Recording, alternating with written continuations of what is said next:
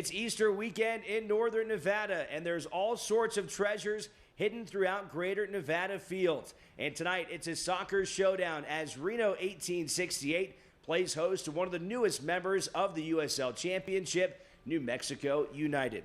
And hi, everybody. Welcome inside the broadcast booth alongside Colin Tabor. I'm Alex Margulies. Should be a great one here tonight, Colin. Two of the best teams in the Western Conference, and New Mexico is led by a very familiar face as we take a look at the key players of the match. Yeah, Chris Wehan returning to Greater Nevada Field, someone who spent 2 great years here for Reno 1868, one permanently, one on loan from San Jose Earthquakes, returns here. He'll be someone we're really looking forward to watch. He's so strong in transition. Look for him to pick up the ball in between the lines and just initiate attacks for this New Mexico United team. He's also built a great relationship with Santi Moar, the current top scorer in the USL. For Wehan, he was a really key piece for Reno in their inaugural season. He was the USL Rookie of the Year as well as the assist champion. On the other side of the pitch for Reno 1868, we've talked a lot about the offensive side of things with Brian Brown, but I want to highlight one of the new defensive players on this club as Reno 1868 last week went out and signed Emra Clementa. Yeah, Emra Clementa, who was a rock for so long for Sacramento Republic, joins Reno 1868 on the other side of the Sierras. Already formed a great partnership with Zach Carroll. Looked excellent last weekend against Colorado Springs Switchbacks, and look for more from him in that center back role. Adding in Clementa with Carroll could be one of the best center back combinations in the entire country. Coming up next here from Greater Nevada Field, we'll have the starting lineups and kickoff. It's Reno 1868 and New Mexico United coming up next.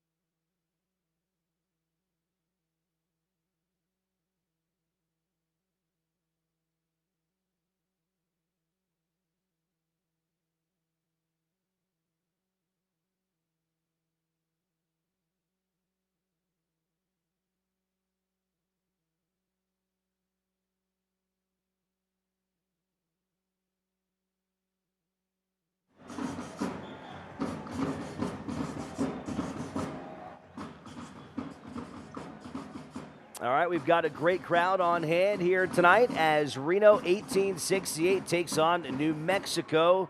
Comes in tied for first in the Western Conference. New Mexico United, you see the record there, 3-0-4. They've got 13 points. For Reno 1868, they are in 7th place with 9 points here in the early goings. All right, Colin, let's take a look at the starting lineups. First for New Mexico, as turned in by their head coach, Troy Lassane, and Chris Wehan mentioned him at the top of the lineup, but up and down, this is a very, very talented team. A lot of USL experience up and down the lineup. Yeah, and Troy Lesane has put together a really strong inaugural New Mexico United team. I think the shape will end up being more like a 4-2-3-1 with Weehan floating underneath. I think Santi Moar is the guy to look out for. Him popping up in the left wing, looking to take people on, looking to cut inside and have a goal. He has 7 already. Yeah, Moar had a hat trick against Real Monarchs in the last match for New Mexico. He is tied for first in the USL in goals scored. This is a New Mexico team we expect to really play high up the field and attack, even being here on the road. All right, let's take a look at what Ian Russell has put forth here for this evening's action. Brian Brown back at the top of the lineup. He has got 5 goals on the season. That's tied for 4th in the USL. Corey Herzog will get the start to join him. And joining Clementa in the back, Carroll, Richards, and Lacroix. JT Marcinkowski getting the start today in goal. Yeah, if you look at that back 5, including JT Marcinkowski, I think it has to be one of the strongest in USL as a whole.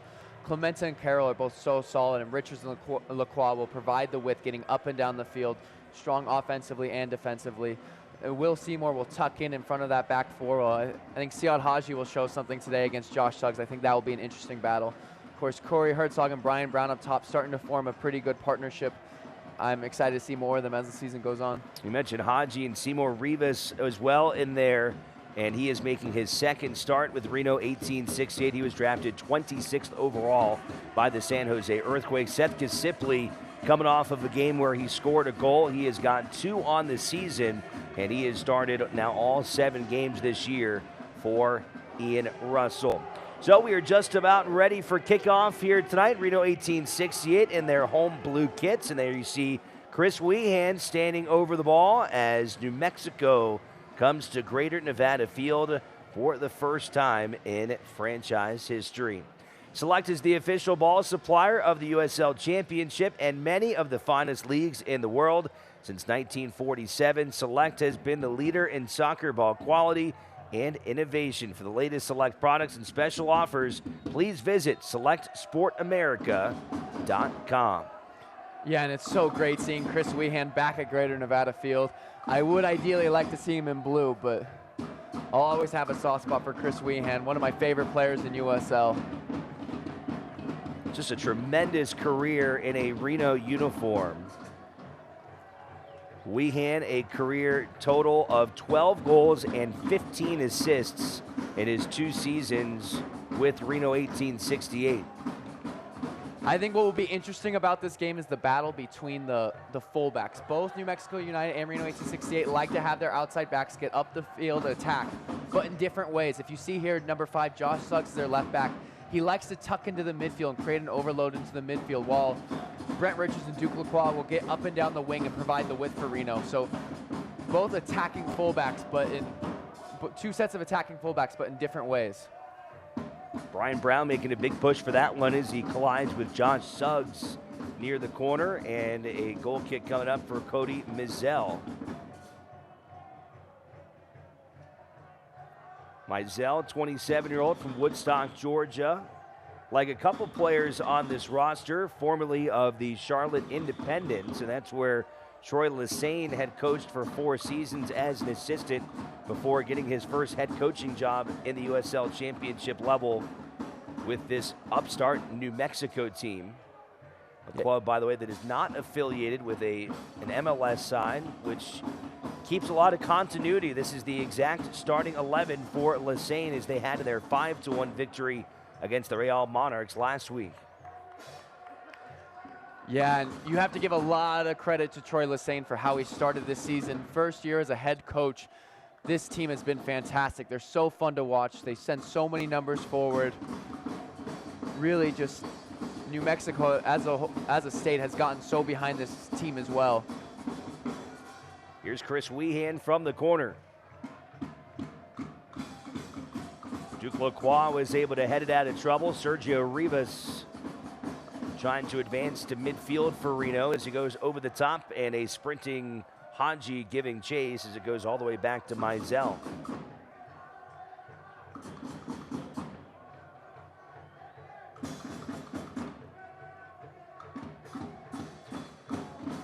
New Mexico United early on are doing a really good job of just pinging the ball around quickly around this field. not afraid to just pass it around. They play quickly. They look to unbalance the Reno defense and then look for that switch to Santi Moore. He's going to want to get into isolated 1v1 situations.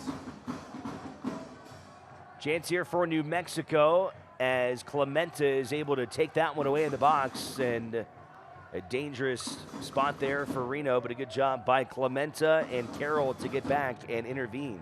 Yeah, and that's poor from Frater there. He has an on-rushing David Estrada and Chris Weehan, doesn't find either of them, and it's easy for Clementa, but a great ball from Santi Moore there.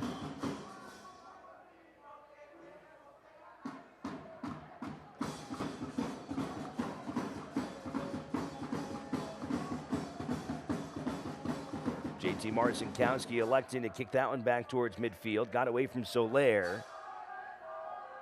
And Sethka simply will throw it in for Reno.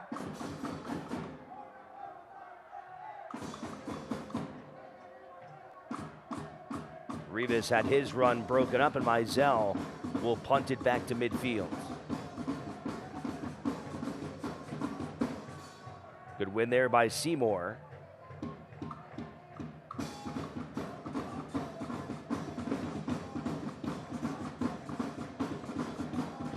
I think it's good to see Chris Weehan on a team that really plays to his strengths. He's so good at just popping up between the lines, getting the ball between the defense and midfield, and having runners go beyond him, and that's what New Mexico United does. We saw last week against Real Monarchs, he got a couple assists finding Santi Moar, making runs beyond him. He's just so good in those pockets of space where he can turn and make something happen.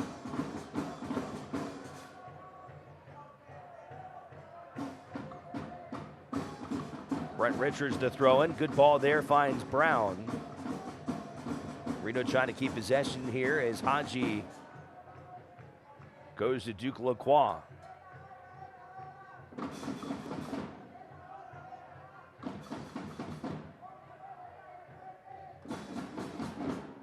Seth Gasippli kind of commanding things there for Reno on the offensive ends. And they'll decide to send it all the way back to goal. Reno trying to avenge a very bitter taste that they had in their last match at home, and that game back on March the 30th. Reno had a 3-0 lead against the OKC Energy. Took that 3-0 lead into the 72nd minute until the Energy got on the board, and then 2 goals came in stoppage time, including one that kind of turned out to be a little controversial. We were told 4 minutes of stoppage time, and that goal came well after the 4-minute mark. And the Energy, a shocking draw, 3-3. So Reno certainly, I think, looking forward to getting back here at home. They've since gone on the road and won and lost a match, losing in Salt Lake to the Monarchs and then winning 2-0 most recently last weekend against Colorado Springs. Frater turns and kicks one straight on goal, and Marcinkowski is there to pull it down. Yeah, it was a good little turn from Frater there. Not enough to trouble Marcinkowski. But yeah, going back to that loss against Real Monarchs, I couldn't believe that they brought Plata, their designated player from Real Salt Lake, for a USL game, which definitely didn't do any favors for Reno. But a great win last weekend against Colorado Springs Switchback after the 2.5-hour delay. Heavy snow in Colorado Springs prior to the game. Duke Lacroix getting to the edge here. Lacroix gets past the keeper, no one there on the other side though, and not a bad run there from Duke Lacroix, and that's something he can really do, is he can get it from the midfield to the end line very quickly. Yeah, great run from Duke Lacroix. I think he was looking for Brian Brown on the cutback. So the New Mexico United defense got tight to him, so he was expecting Corey Herzog to make an opposite run, trying to get in behind, but both Brown and Herzog tried to show short instead of look to make that run for a tap-in, and nothing came out of it.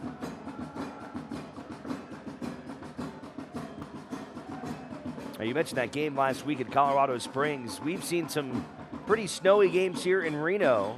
The match at the beginning of the season last year comes to mind.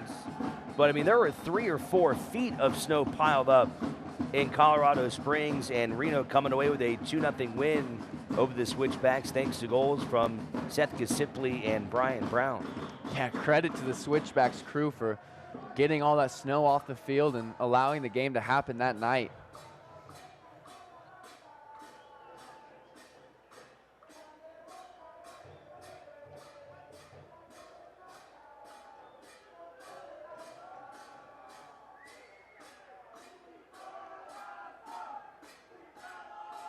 Will Seymour was slow to get up for Reno 1868 as he walks that one off, and it'll be Carroll to put it back into play.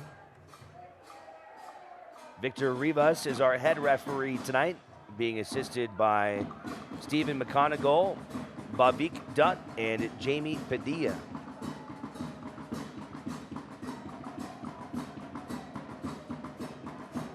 Herzog and Haji putting some pressure there. They'll get it away to Moar. Nice little touch there from Frater. Moar still leading the charge here, and Kasipli trying to pick his pocket, able to keep possession. A lot of numbers here for New Mexico. A little contact in the box there as Moar is knocked over. Won't draw a whistle, though, and JT Marcinkowski will send his bodies forward. Yeah, Rivas does really well there to get back and track the run. Get his body between, allow Marcinkowski to collect. But a great little combination there between Moar and Frater. Yeah, this New Mexico team is very dangerous with their off-the-ball movement. Well, as I mentioned when I was talking about their starting lineups, they're not intent on just sitting back like a lot of teams that come into Greater Nevada Field that are happy to sit back and maybe counterattack and fight for a point. This is not the type of strategy we're seeing early from New Mexico. No, definitely not. They're really coming at this Reno team. Weehan tries to volley that one in there, and Marcinkowski able to beat his man.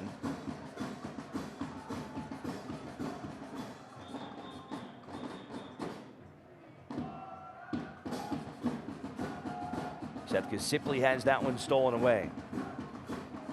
Back to Chris Weehan. Weehan unloads. Marcinkowski again tested, knocks it down. So a couple shots on goal here early by the United. And Marcinkowski so far has not had to do anything too special, but he's been ready for the challenges. Yeah, and I think Weehan could have continued to carry that. He had plenty of space, picking the ball up between the lines. Does not see Frater at all. Frater is late to make a run, though, so he tries one from distance. Not enough to trouble Marcinkowski there. Brent Richards going to the throw-in, the all-time leading minutes man for Reno 1868. 34 minutes today will eclipse 3,000 minutes in an 1868 uniform for Brent Richards. He's been ever present in Ian Russell's side. Such a consistent player in that right back role.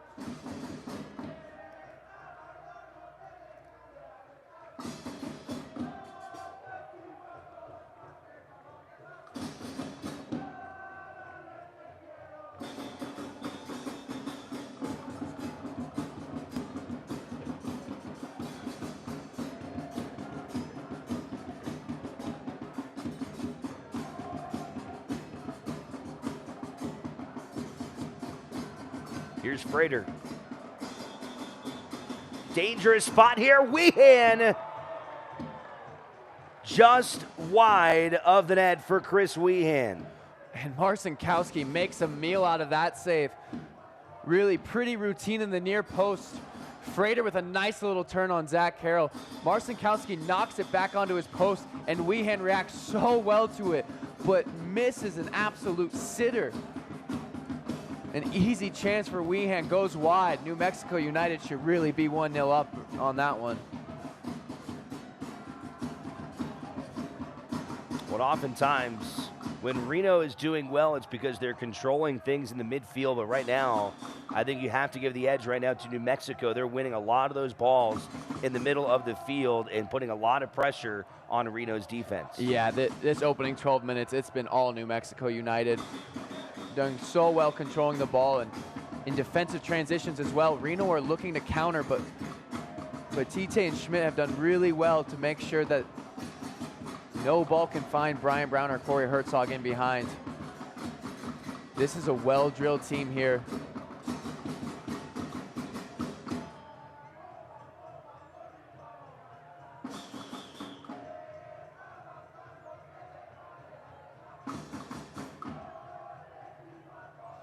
You mentioned how many teams come to Greater Nevada Field and sit back. That ball, not enough to find Corey Herzog's run, but we see so many teams come here and sit back. Whew. But this New Mexico United team, really just one of the most threatening teams I've seen at Greater Nevada Field. Just the amount of movement off the ball that runs into the box, quick interchanging, quick 1-2 passes. They've been excellent so far. I mean, it's a little reminiscent of what we see Reno do to teams. I think this team really reminds me of Reno 1868 in their inaugural year. Just fearless going forward. Not caring that they're an expansion team, really just going at everybody, no matter who it is. Very exciting team. And Reno in their expansion season, 75 goals. New Mexico thus far, they've gotten 15 goals. They're second best in the entire USL Championship.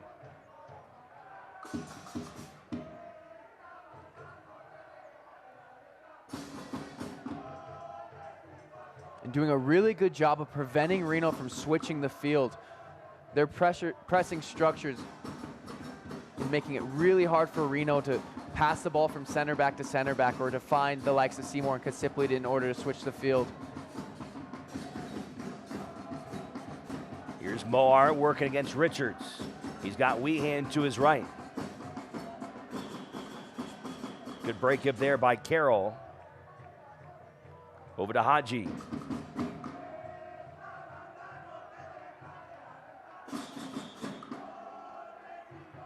Good pass to find Herzog. And Haji did really well to break the New Mexico press, drive Reno forward.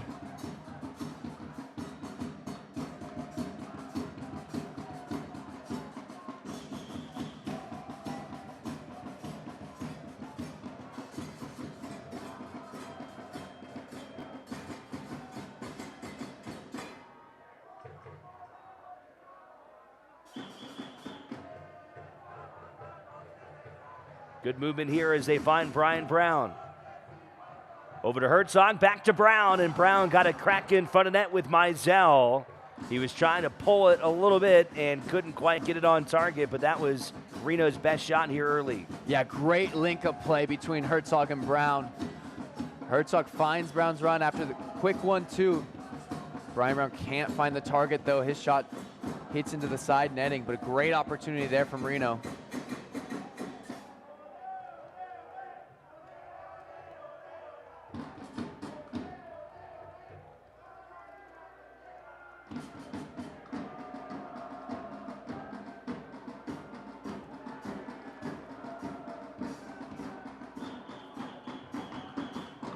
Here's Herzog. Herzog swatted down by Mizell.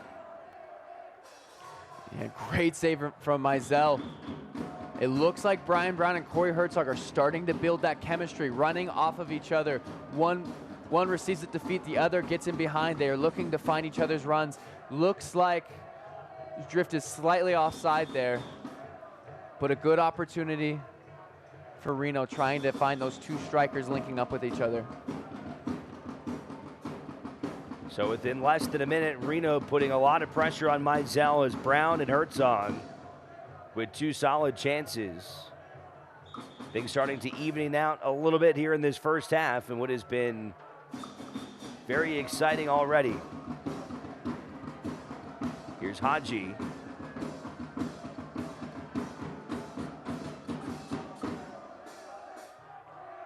New Mexico stacks up their defense in the middle, made it difficult to go much of anywhere.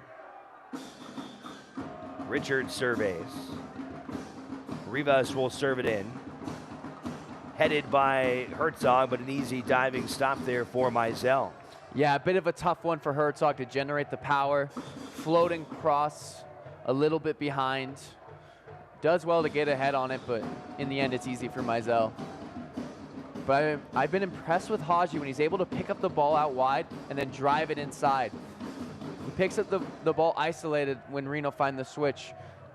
New Mexico overcompensates with their press to try to cover their left-handed side, and then Haji drives into the space really well. A couple times now we've seen that.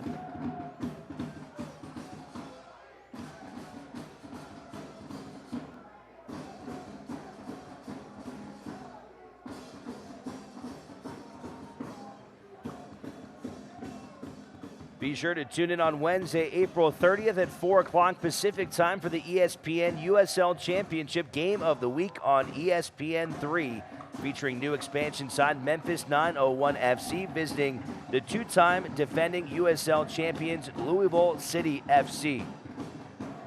It's the week's best match of the game.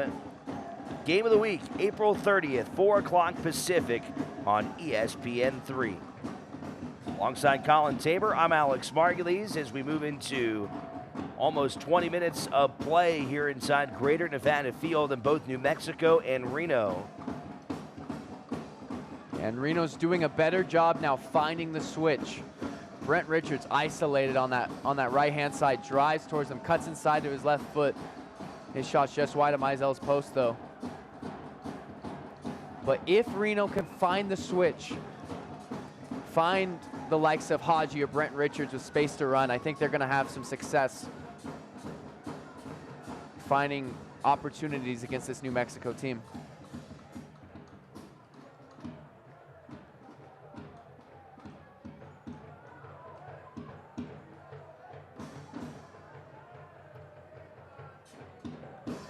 There's been a lot of matches where you see Reno playing a lot of long balls, going over the top, but it appears to me in this game, the key to trying to get a goal in this match against New Mexico, it's going to be precision. Yeah, I think New Mexico's defenders are ready for the long ball from Zach Carroll. They're doing a good job of tracking the runs of Brown and Herzog. I don't think the Route 1 direct ball is going to quite work out. So I think they're going to have to be a little more precise and a little more inventive. Clementa able to cut that ball off of the box. As a throw-in will come from Manny Padilla. Lacroix able to take it away. Not out of trouble, though. Weehan gets checked over right in front of the referee. They'll let play continue. Then Seymour gets his body in front of it. Moar.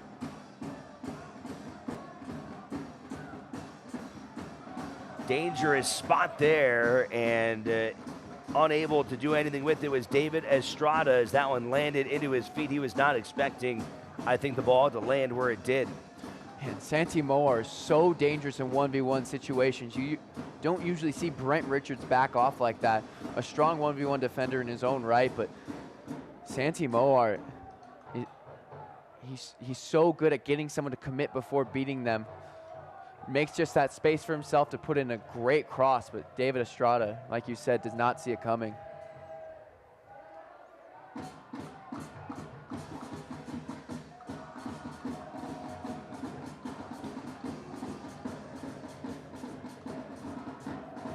Excellent unorthodox defending by Brent Richards to stop the 2v1 situation, with Josh Suggs making the overlapping run.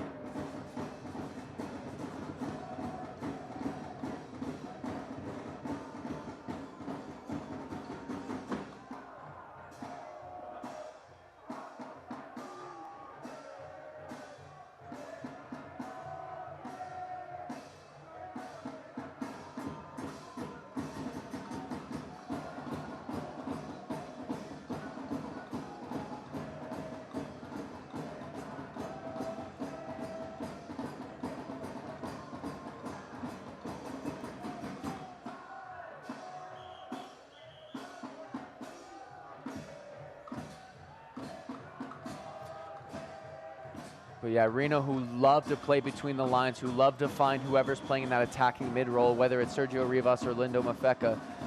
Love to find them between the lines for space to turn, but New Mexico United are doing such a good job of pressing in a way where that pass is just not available. So Reno are running out of options and going long instead. And Tite Schmidt are prepared for that.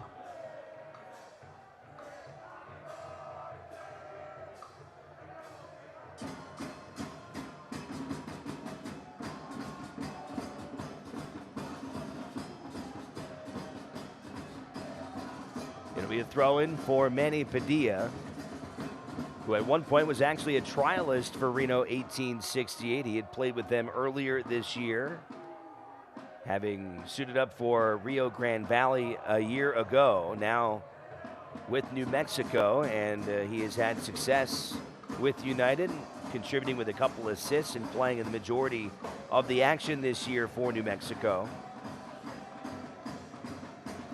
Yes, turn into a key player for this New Mexico United team on the right back role. Him and Josh Suggs have been excellent joining the attack. Carroll harassing Weehan there as the ball went up towards Brian Brown, and a whistle comes to stop play. It went against New Mexico, and that may not have been to Reno's advantage, even though Weehan was upset. They were in a pretty good spot to advance. Now it's Kasipli moving it forward. And what a turn by Kasipli. Little shoulder drop to draw in pressure before letting it come across his body. Such a clever player, Seth Kasipli. Herzog will go track it down. Yeah, it looks like Herzog's run was just a little too early. He's offside there.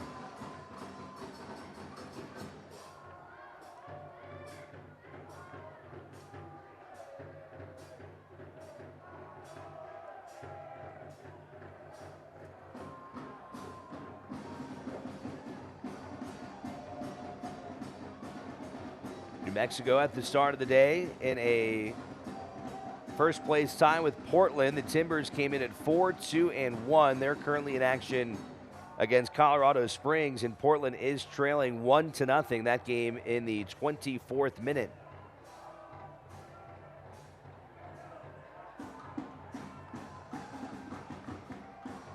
More good movement there from New Mexico, and it'll go to a goal kick for Marcinkowski. JT last year, Rookie of the Year for Reno 1868. He had 5 clean sheets, 70 saves over 30 starts. Also got 5 games with the San Jose Earthquakes. He played for them in the MLS homegrown game.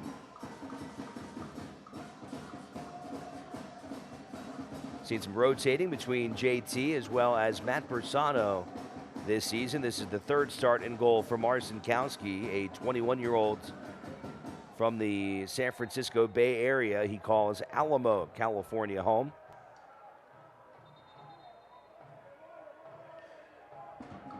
Yeah, J.C. Marcinkowski's such a promising keeper. Really has it all. Commanding in the box. Excellent with his feet. Can play out of the back. Great shot stopper as well. I know a lot of San Jose Earthquake fans would like to see him as their #1 keeper, which they saw at times at the end of last season.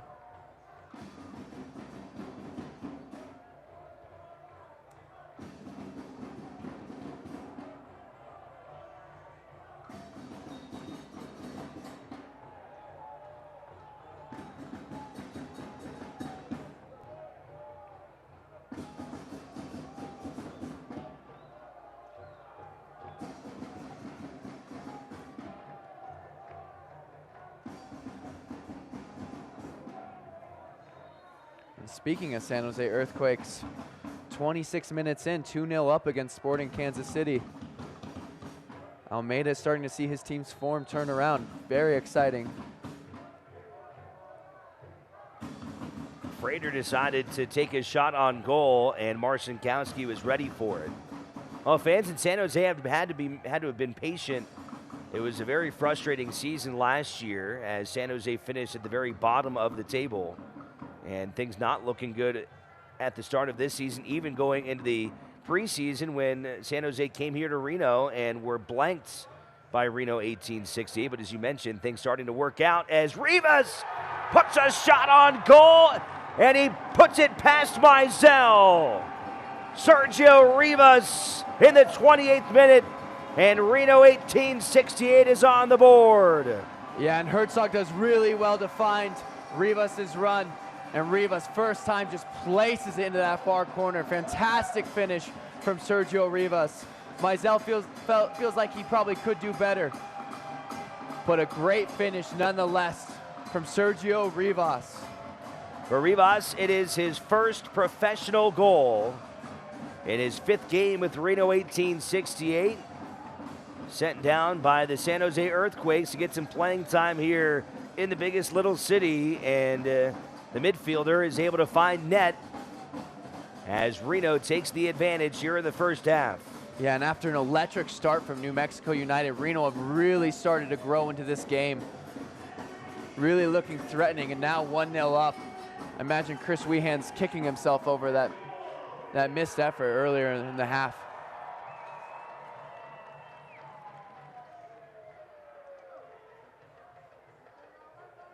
Well, Reno has been in this position many times this year at home, and now the challenge is, can they protect a lead and turn this into 3 points as opposed to a draw or worse, which has happened in 2 of their matches. They had a 2-0 lead on OC. They had a 3-0 lead on OKC.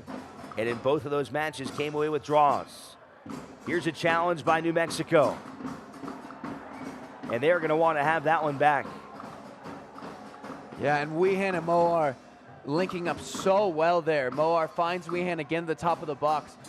Wehan did not put on his shooting boots tonight. Another missed effort from him. Maybe he just doesn't want to score in front of the Battleborn Brigade.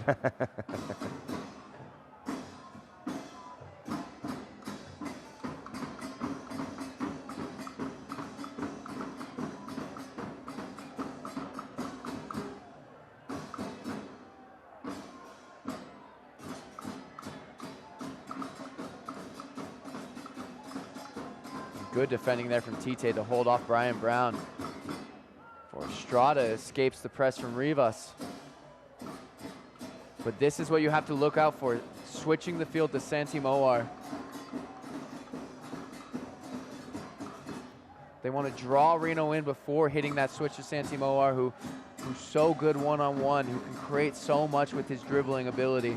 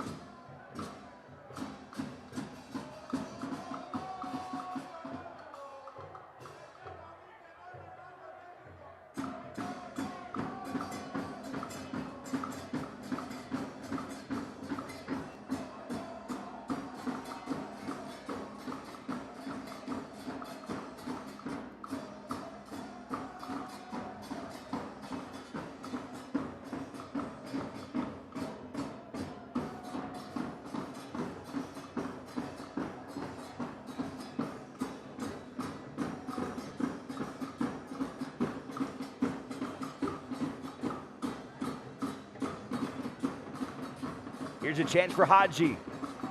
Haji! Oh, what an interfere by Justin Schmitz, who got in the way of that shot as that one was destined for net. And Haji doing so well in this first half. Looks like he, after beating Josh Suggs, he's curling one to the far post, but Schmidt gets back really well to prevent that from going 2-0.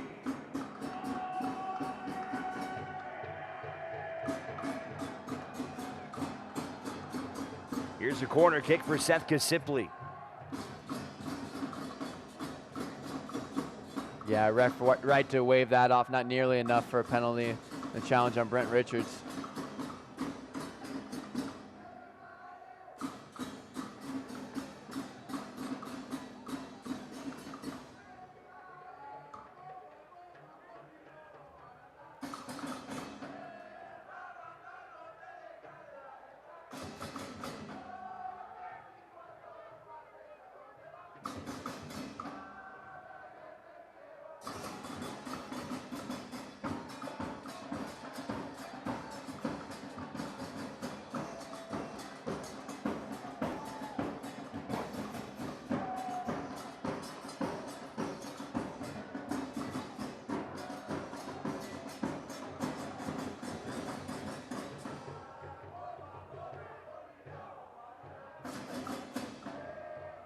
Here's Frater again for New Mexico.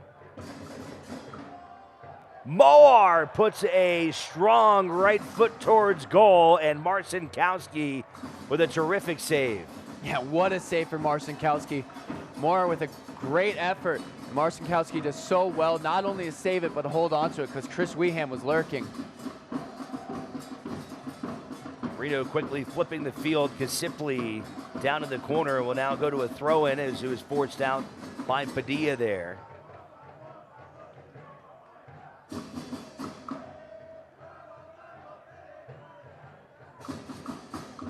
Rivas will give it right back to him.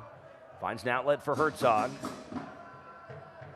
Over to Brent Richards with space. Richards wins it back. And then keeps possession. Back to Rivas. Haji. Rivas. Teed went up there for Brian Brown, who went after it with his left foot and couldn't control it. It'll go to a goal kick now for Mizell, who goes and grabs the ball. Man, how good has Haji been, though? Picking up the ball in space once again before finding a little split pass for Rivas. Rivas lays it off of Brian Brown. His curling effort just high, though. But Haji has looked threatening today.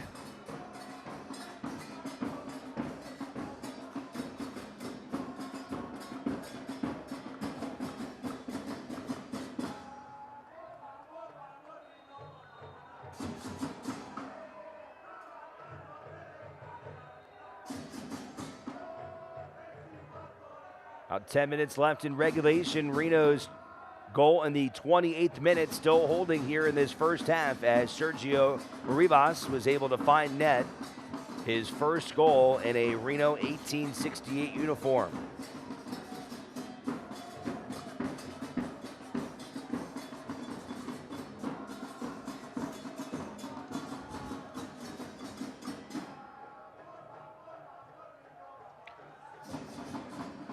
Sergio Rivas keeps performing like this. It'll be interesting to see if Lindo Mafeka gains his spot back. Chance here for Frater. Bad pass there, and it's cut off by Lacroix.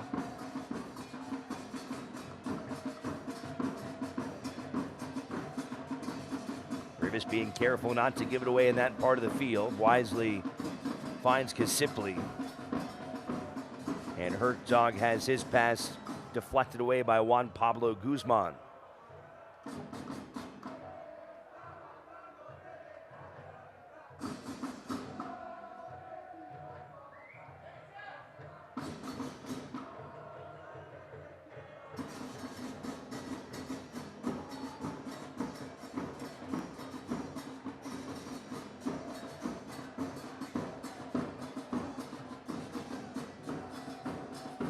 Here's Duke Lacroix. Herzog goes across the field trying to find Haji.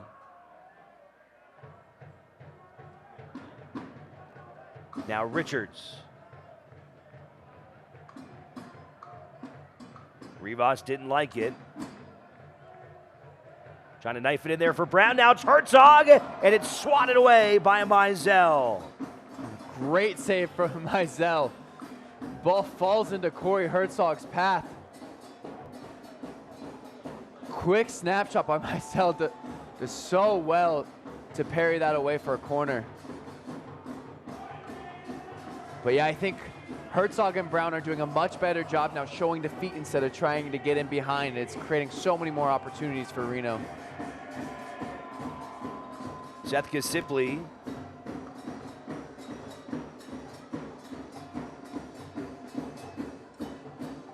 New Mexico able to clear as Lacroix and Seymour protect the back line. Now Carroll retreats as well. Back forward to Haji.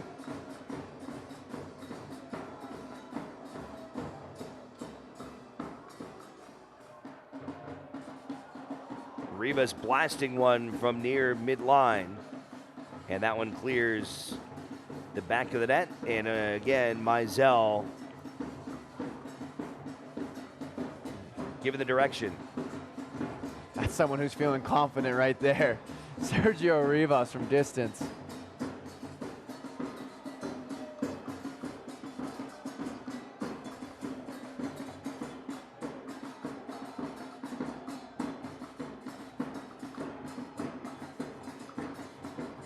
Here's Brian Brown trying to find Haji there, and it's cut off. Haji putting pressure from behind as Estrada was able to keep it away from him.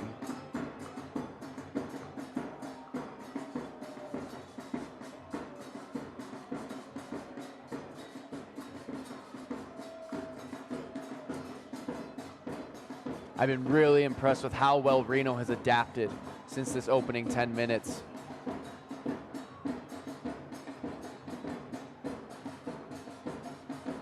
Another chance here for New Mexico, and they've got the equalizer. A streaking run from Josh Suggs, and he hits the crossbar and ties this game at 1. And we spoke about how Josh Suggs has been popping into the midfield as an inverted fullback. He carries the ball. No one steps to him. Everyone's worried about the runs. And he has it himself off the crossbar and in. Great finish from Josh Suggs, the captain, to make it 1-1 here. And it looks like I spoke too soon. So Rivas in the 28th minute, and Suggs also gets his first goal of the year in the 39th minute. And you figured New Mexico had to get a goal at some point with the amount of chances they've had in this first half, and they were finally able to get one past JT Marcinkowski. Yeah, but New Mexico showing why they like to have their fullbacks come inside, play into the midfield, overload in the middle. No one's quite sure who to pick up, and Josh Suggs, who most teams that have playing out wide, whipping in crosses, just has space to run and finish. A great finish.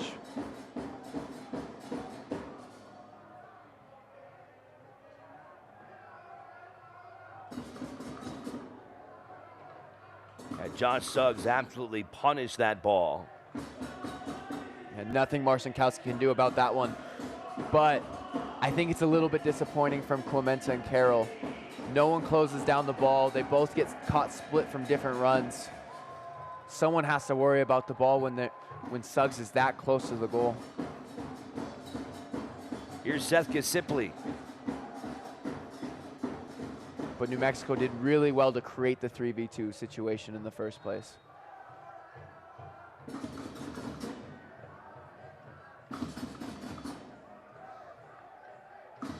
Richards was the target at the backside. It'll be Frater who temporarily grabs it. Padilla will come down from the other side, and now he'll give way to Suggs. Josh Suggs, the former Colorado Spring Switchback star. He had played in 92 games with them over 3 seasons, netting 6 goals in the process, able to come up from his fullback spot and get the equalizing goal here in the first half. And it's interesting to see him in this role because so long for switchbacks, he was the guy who was receiving the ball out wide and putting in deep crosses. I mean, if you look at the amount crossing statistics over the year in USL, Josh Suggs, I think, had a good solid 300-400 over the next person. I can't quite remember the number, but I remember it was just a clear difference between how many crosses Suggs was putting in. So seeing him in that role, coming into the midfield, carrying the ball forward and having a shot, interesting, and it allows him to have a different skill set. Here's Brian Brown. Brown turns with his left foot and swatted away by Mizell. It has been a tough first half for both of these goalkeepers, as Brown got a good shot off there, but right at Mizell. And a great battle with both teams creating a lot of chances. Both teams having fluid attacking play, really playing an entertaining style of soccer. Great match out here tonight for people to see.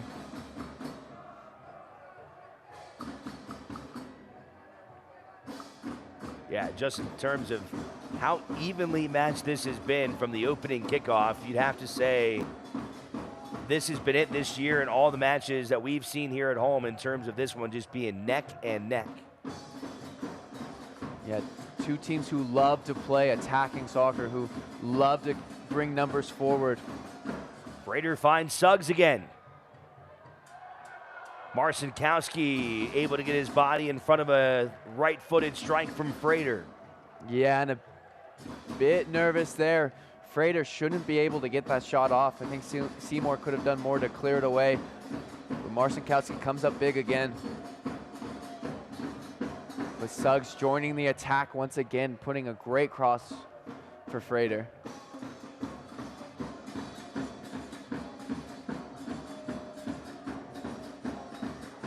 Rivas trying to get some space there, but he's cut off. Richards keeps it alive with his head.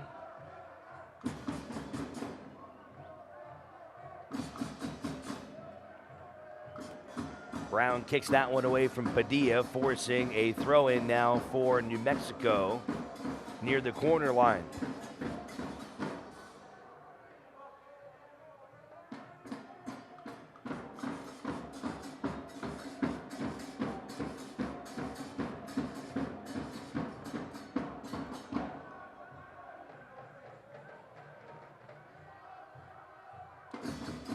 Nice job there by Seymour. Final 30 seconds here of regulation.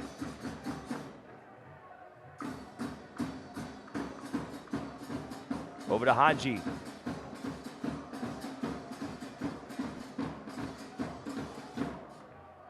So talented on the ball, you can see how skillful he is there as Suggs, after a couple juke outs, able to poke it away from him.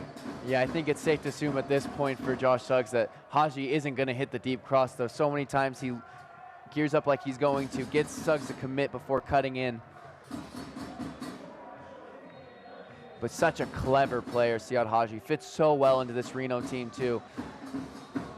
Fits well as that inside player on the right side of the diamond, because he's not quite a winger. He's someone who can play as either center mid or winger, depending on the circumstance. I was really excited to see him drafted by the Quakes because I knew he would do well here.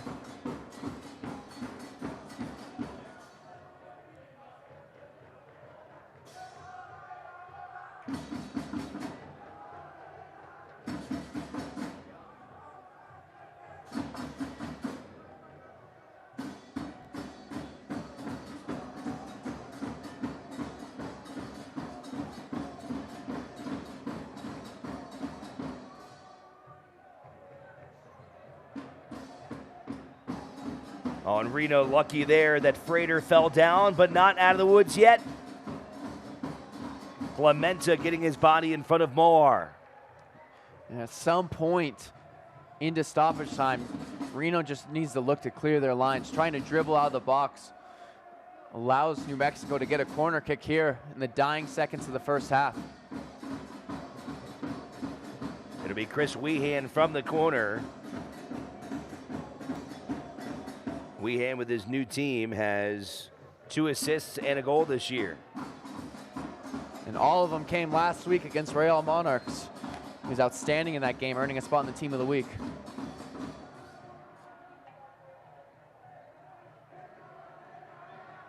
Dangerous there as Seymour got the clearance.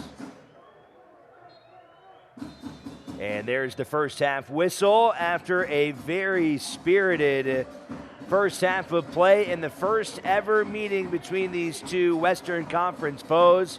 Reno 1868 and New Mexico fighting to a 1-1 draw. And, Colin, we thought this was going to be a good one coming into it, and it has certainly not been disappointing, to say the least. Yeah, fantastic first half with both teams really going at it, creating chances with exciting, fluid soccer. Really looking forward to the second half.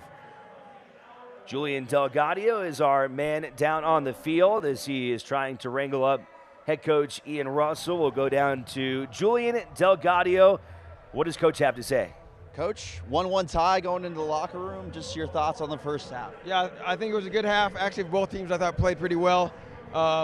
both teams had good chances. We were able to put one away earlier, and they got a late one on the one that probably shouldn't have given up, but good strike by Josh Suggs. I know that it's their inaugural season. They kind of look like you guys a lot from 2 years ago. How do you slow them down and slow down this attack? Yeah, I think for us it's about pressing them. I don't think they've had a lot of the play this half, but they got some dangerous players. So. And one of those dangerous players, Chris Wehan, who learned a lot off of you his first year in this league. What's it like playing across from him now? Yeah, good quality player. We like Chris. He's going to find his little gaps and pockets and try to pick up the ball in those places. Just got to eliminate that. Best of luck in the second half. Thanks, Coach. Back up to you guys. All right, thank you very much. Julian Delgadio from Nevada Sportsnet doing a great job as always. We'll go into halftime. It's 1-1 here in downtown Reno. We'll have the highlights from the first half and more after a couple breaks.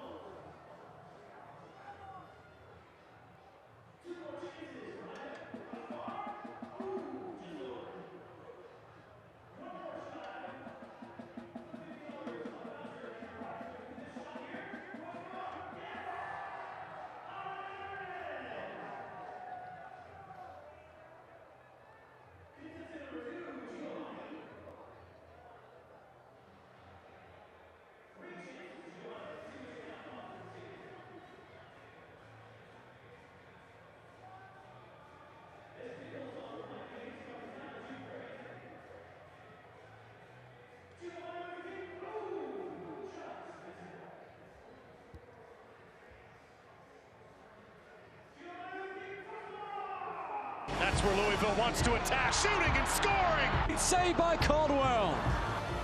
Collier. Yes! Collier. Knock back towards Spencer. Brilliant finish.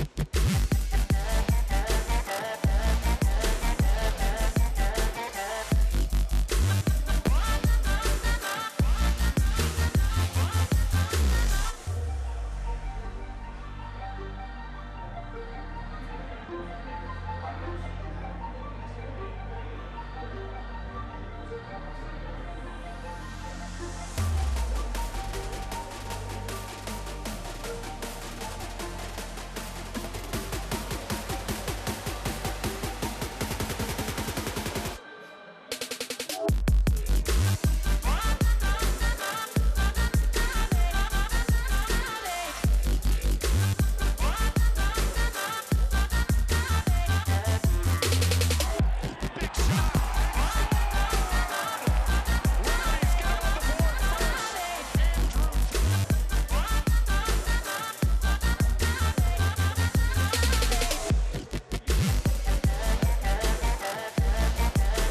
I think the best part was getting to play with all these fantastic players from like all over the states, and it was just really fun.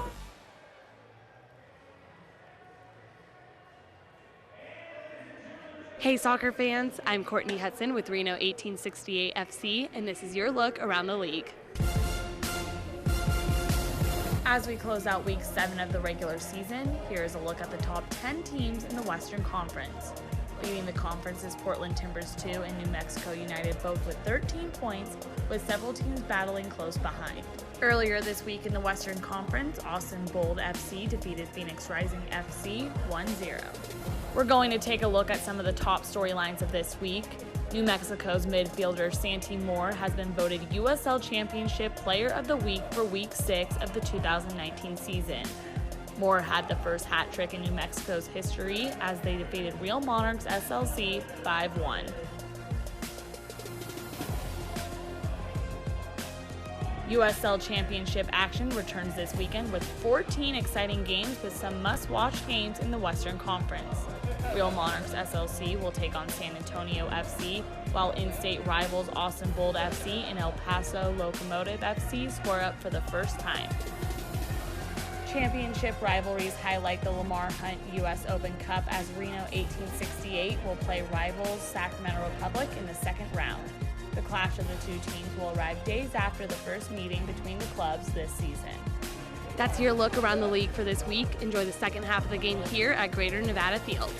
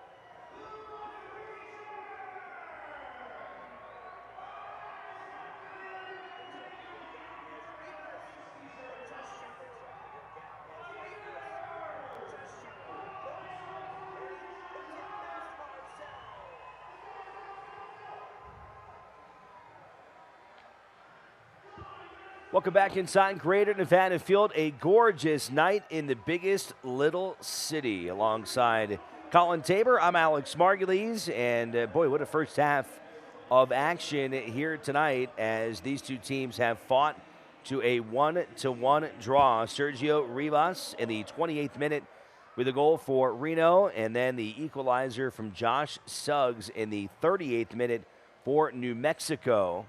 We talked about it in the first half. If you're just joining us now, I think this might be the most evenly matched game that we have seen, at least here at home this year.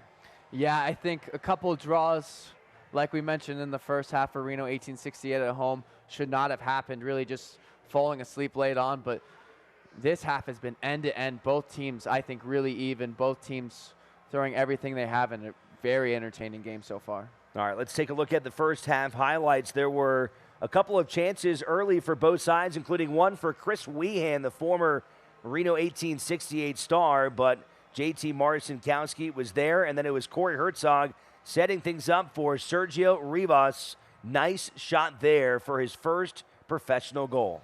Yeah, Rivas from distance hits it really well. JT Marcinkowski, another outstanding save from the first half. Another chance for Corey Herzog, a great save on the other side by Cody Mizell, and then it was Josh Suggs. Not only a great run down the field, but that was an absolute screamer. Yeah, fantastic finish from Josh Suggs. Space to run, just lets one fly off the crossbar and in. So as we look towards now the second half of action, we'll get started up here in just a couple of minutes. Colin, what do you feel like Reno has got to do in order to come away with 3 points here tonight? I think once they started switching the field and finding Haji and Brent Richards on the right-hand side, they had a lot more success. Santi Moar is not going to track back, so if they can get 2v1 situations against Josh Suggs, I think they can find another goal. Haji especially has been magnificent. On the other side of the pitch for Troy Lesane, he has got to be pleased with his squad. They come in having not been defeated this year. They have earned 4 draws and 3 wins. They were consistently able to get opportunities in the first half. What adjustments, if any at all, do you see from New Mexico? I think preventing the switch, I think they did a good job of that. Guzman and Soler started to lose their shape a little bit, and it allowed Reno to get more and more into the game. Just looking to transition effectively, looking to get runners around players.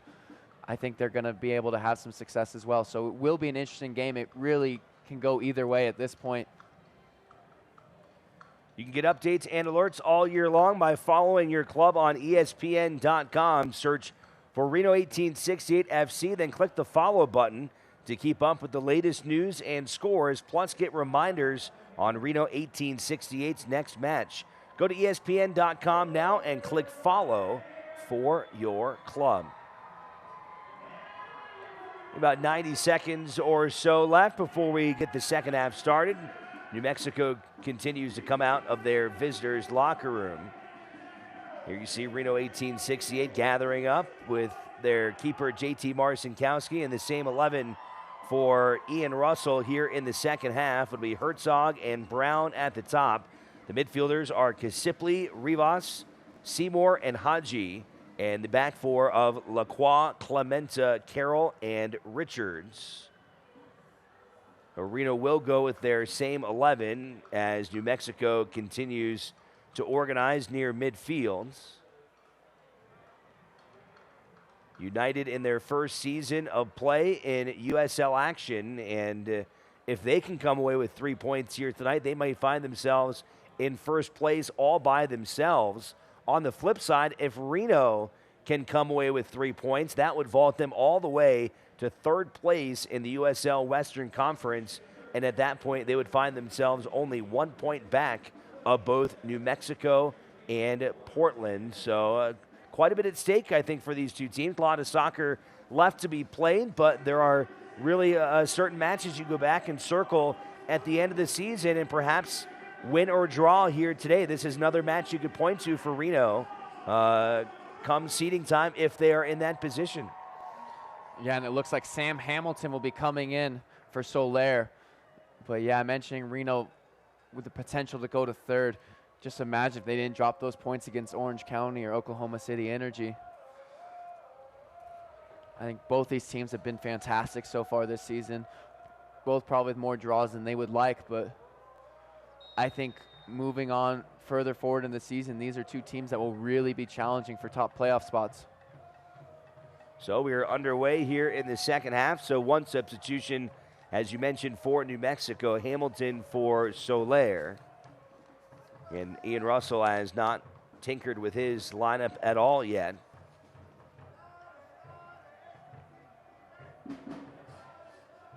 For Russell, he's got Gleedle, Mafeka, Apodaca, Mendiola, Galindo, and Janjigian on his bench. And I imagine as the game wears on, we could see Apodaca coming in, someone who's so pacey, once defenses start to tire out a bit, he's a great weapon to bring on. Early shot for New Mexico as that one goes well high of goal, and JT Marcinkowski will let his team advance forward. Here's Emmer Clementa, the 28-year-old from Montenegro, part of the Montenegro national team.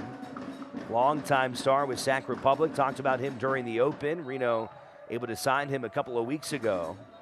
Made his debut in that 2-0 win over Colorado Springs as things are starting to get a little hairy here. And our head referee's got to step into action and clean that one up as Victor Rivas trying to keep things calm here as tempers are starting to flare here at Greater Nevada Fields. Yeah, something clearly happened between Padilla and Rivas there. Neither of them very happy.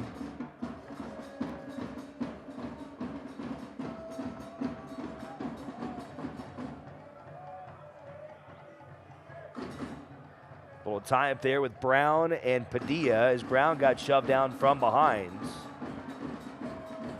Yeah, and it looks like Padilla gives him a little step with his studs while Brown's already on the ground.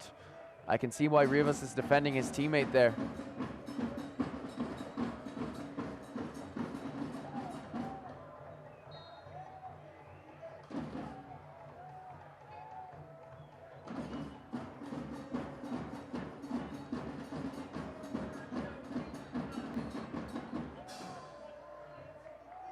Ooh, and now Haji is through. Try to find Seth Kasipli, who is streaking into the box on the other side. It was just past Seth Kasipli as Moar will go to a throw-in. And interesting to see Moar on the right-hand side now. Seymour able to keep it for Reno, finds Richards. There was a yellow card issued, by the way, for Manny Padilla in that tangle up with Brian Brown a few minutes ago. Yeah, I think Lassane might be worried about the 2v1 that Richards and Haji were providing. Seth Kasipli is not the type of player who's going to run at Padilla, so Moar is a little safer to stay high and wide on this opposite side. Mizell played a great first half in goal for New Mexico. Came up with several really impressive stops.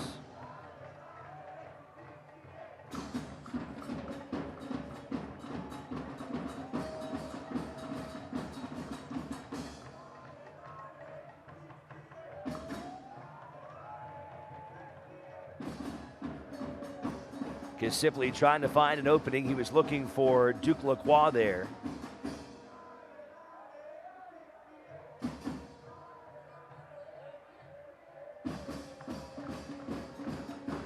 Brown fighting for that one near the corner, and Suggs will clear it off of Brown to earn a header for New Mexico, or a throw-in, excuse me.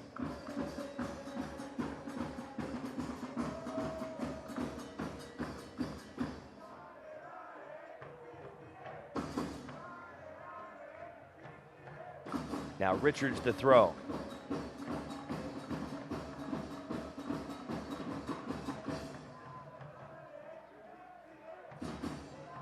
Reno able to control things right now in New Mexico's half. And I think Reno are doing a good job of closing down quicker when they're losing the ball. We see everyone closes down Weehan, prevents Weehan from getting time to turn. Something that Ian Russell pointed out at halftime, not allowing him to turn in those pockets of space. They did well there.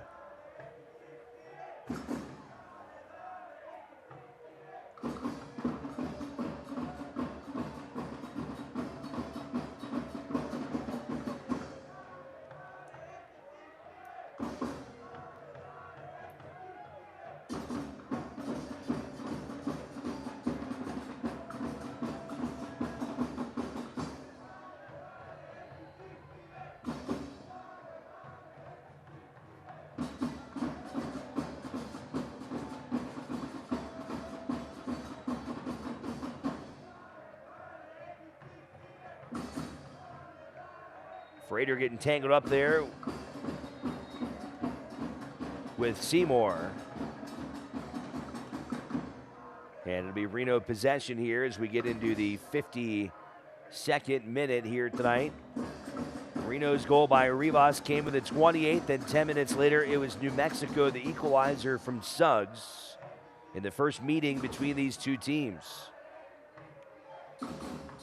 New Mexico, if they can earn a point here tonight and things stay the same for Portland, they will find themselves in first place in the Western Conference as the only team that has gone unbeaten.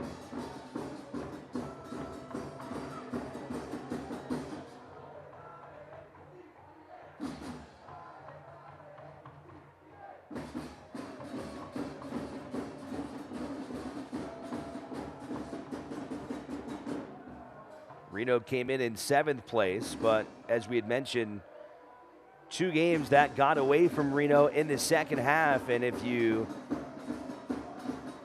change the result of those from draws to wins, that's 4 points. And that would put Reno in position to be right at the very top. So in reality, you're looking at 2 of the top teams in the Western Conference going at it here tonight in downtown Reno. And just in terms of ability, too, I think the 2 top teams in the West, I mean, you'd like to think Phoenix would be up there with them as well, but Phoenix having a disappointing start to the season so far. Well, and it's interesting as you look at New Mexico, and they're not nearly the most experienced team we've seen come in here. I mean, OKC was littered with former MLS players, the majority of their roster having seen MLS experience, but this New Mexico squad is really playing well together, and that matters far more than any other experience. They're clearly bought into a system, and it is working very well for Troy Lesane. Yeah, I think you hit the nail on the head there. I think just the system of New Mexico United, they're so eager to attack with numbers, to attack quickly. Really exciting soccer, and they've all bought into it. I mean, yeah, you look at teams like OKC Energy or Austin Bold, so much experience in their teams, but not a ton really in either of these teams. I mean, some guys on Reno like Corey Herzog and Emra Clementa, very experienced players at this level. And Brent Richards and Seth Kasipli as well, and Brian Brown as well. But yeah, this New Mexico team seems hungry and fresh.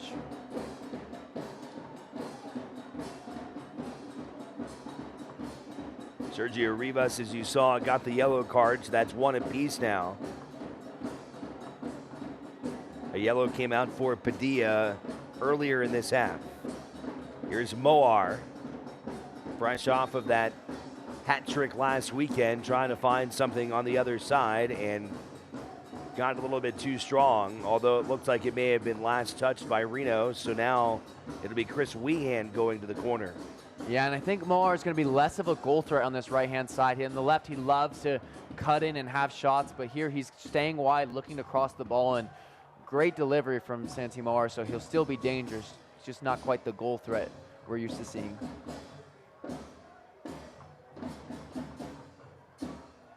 Frater will go track down Weehan's corner kick.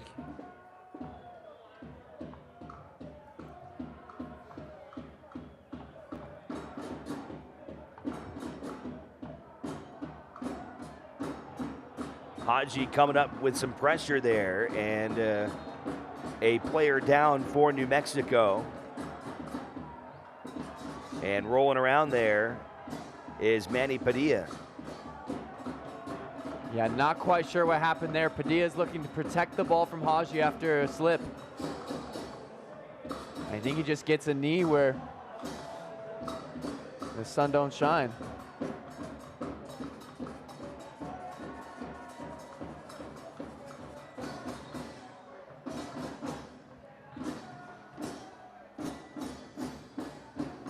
He is still slow to get up here.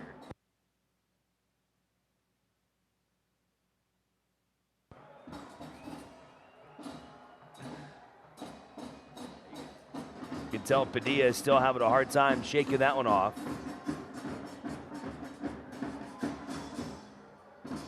Not good.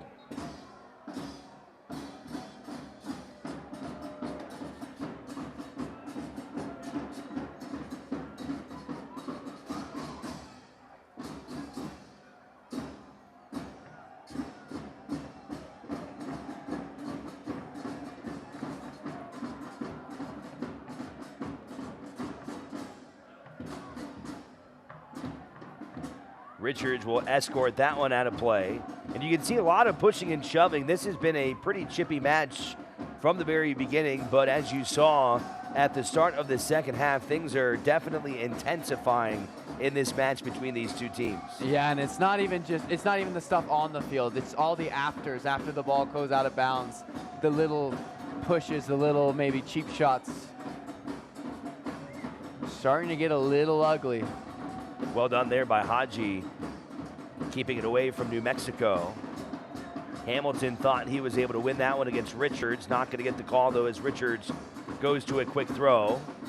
Herzog kicks it over his head, finding Rivas, and that time able to be cleared by New Mexico.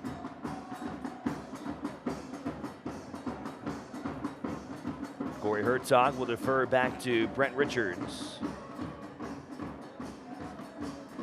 And both of them are capable of throwing it longer, launching it into the box. Great flick by Weehan. Richards does really well to stop something happening there from New Mexico.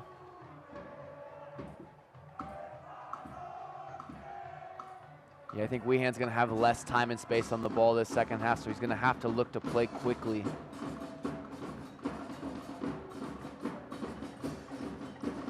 But Reno's doing a better job of tracking runs, making sure that through ball isn't on.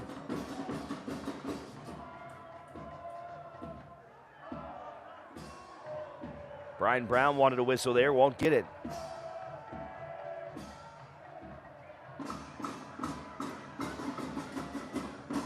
Over to Moar. And not allowing the 1v1 situation. Seth Kasipli doubling up on him.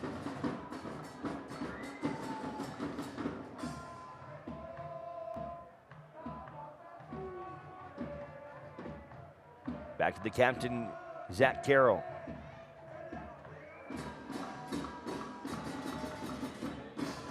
"37 games now in the biggest little city for Zach Carroll, who wore the captain's armband for the majority of last year. And he has appeared in all 7 games this season.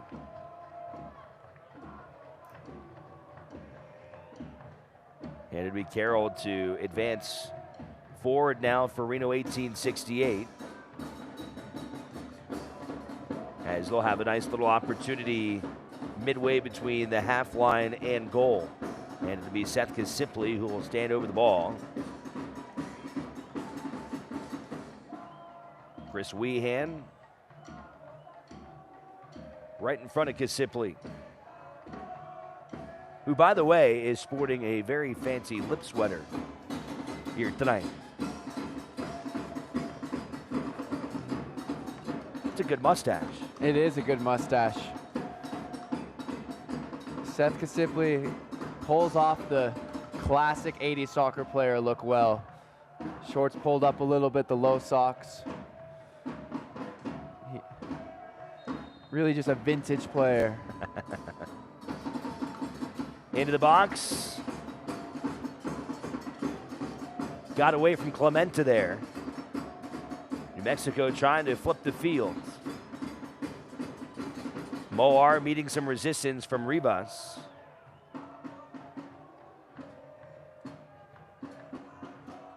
Good touch to get it away there by Estrada. Over to Hamilton. Now it's Padilla who seems to be recovered.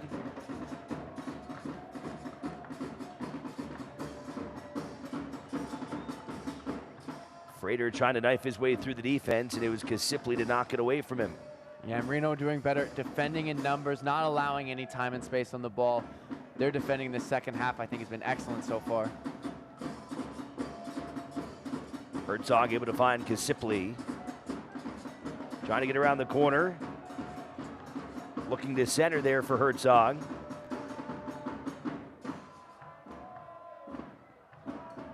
And Rivas will keep possession for Reno.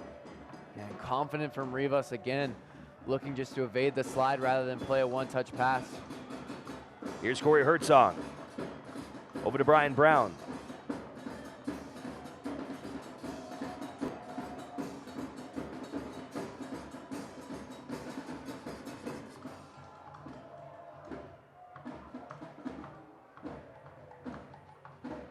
Seymour sends it wide for Richards. Brent Richards.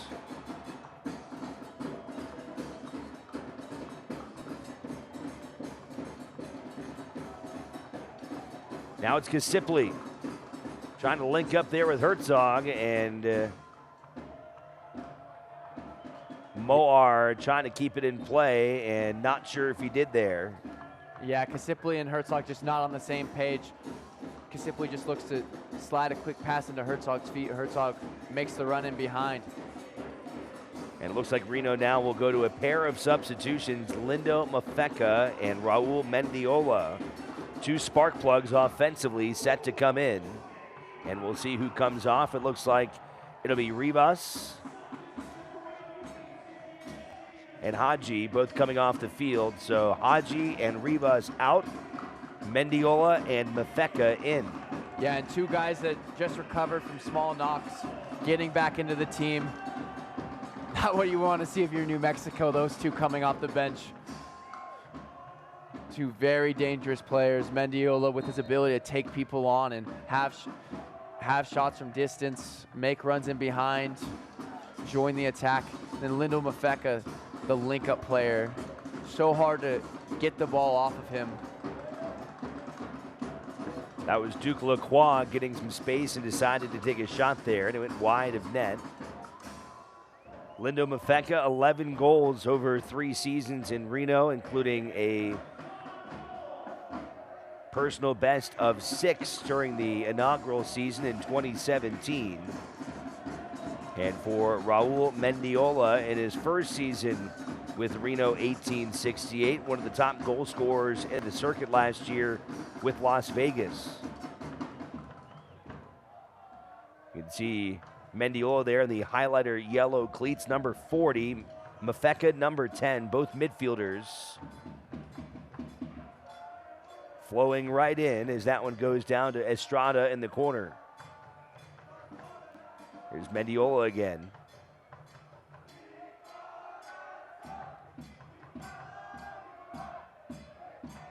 Herzog trying to put some pressure there on Guzman.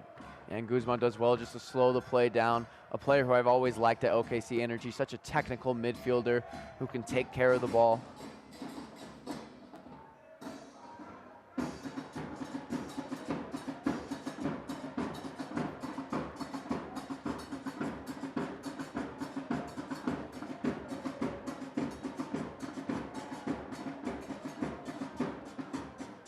Good movement here from Reno to find Brian Brown.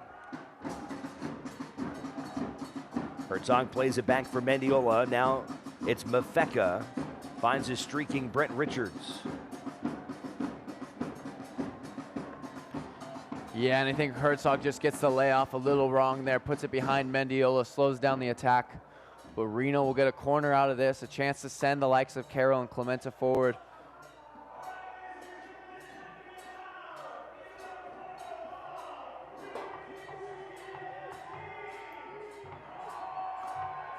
Seth Kasipli here in the 65th minute. Brown gets his head on it. Carroll walls off the defender. And poked away that time. It was Hamilton getting in his way. Carroll trying some skills on his own in the corner there.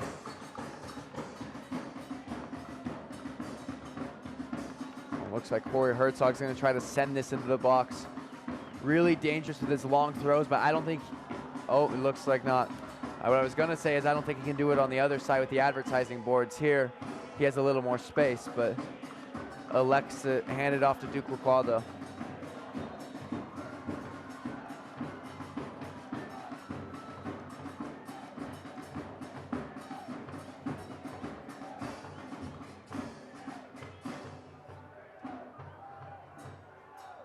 Good header there by Richards, finds Mendiola. And a great turn from Mendiola, just gets caught under his feet a little bit. Oh, and a dangerous back pass, but Marcinkowski does so well to get to it before New Mexico. You saw there, Chris Weehan has seen his night come to an end, and Devin Sandoval, who's got 2 goals and an assist this season, coming off the bench. There is Sandoval.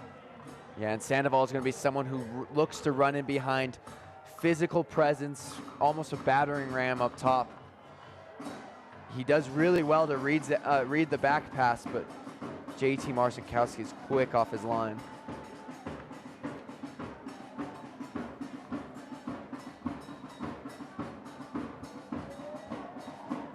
Dangerous spot here as Moar advances forward, a little shove from behind by Seymour, and that'll be a whistle against Reno.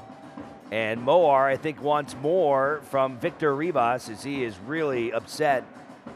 And now some of his teammates trying to peacekeep a little bit after a heated exchange. And perhaps he has a case there. He was looking like he was in a pretty good spot, and now a yellow card will come out, but it looks like it's going to go against New Mexico. Yeah, it looks like Santi Moar got a yellow for protesting a little too keenly, but I'm on his side on that one. I think it should be a yellow for Will Seymour. Seymour has no intention of winning the ball, just an honest professional foul to break up play. So 2 yellows for New Mexico. They are the most yellow-carded team in the USL. They now have 19 in only 8 matches. Yeah, and I think a team that sends so many numbers forward is going to have yellow cards, having to break up play if a counterattack does happen. It's Kevon Frater. Too much. Yeah, and that's never going to trouble Marcinkowski. Gets that wrong, can't get it up and over the wall.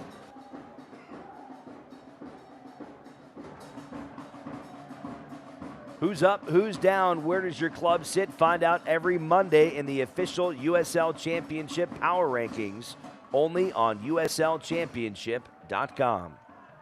Great pressing from New Mexico to win the ball right away off of Reno's build-up.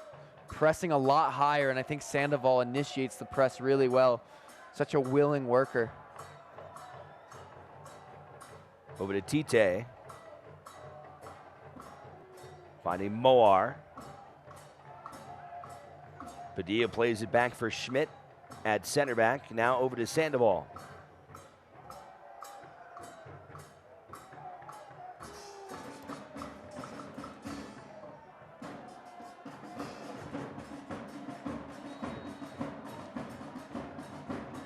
A whistle will favor Reno this time.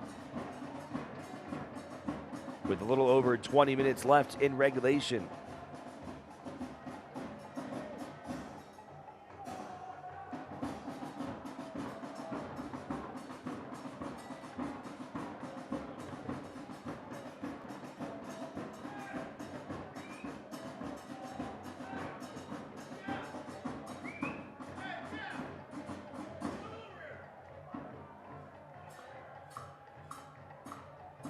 Richards a good throw in there to find Brian Brown. Brown couldn't quite get enough space there. Brown does really well to weave through traffic. And it looks like the center ref's going to overturn the linesman and say a goal kick. Both teams arguing their case that it's their ball. Fans follow Reno 1868 and the rest of the USL Championship all season long on ESPN Plus, home to the USL, MLS, UFC, and more. Join the over 2 million sports fans who have already discovered ESPN Plus and watch the championship live every week. Sign up today at ESPNplus.com.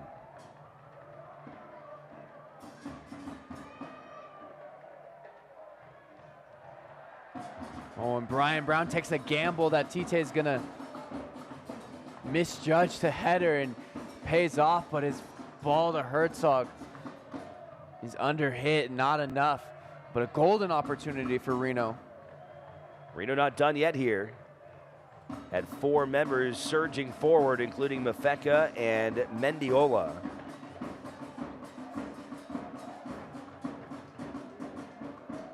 Kasipli surveying now decides to go wide for Brent Richards.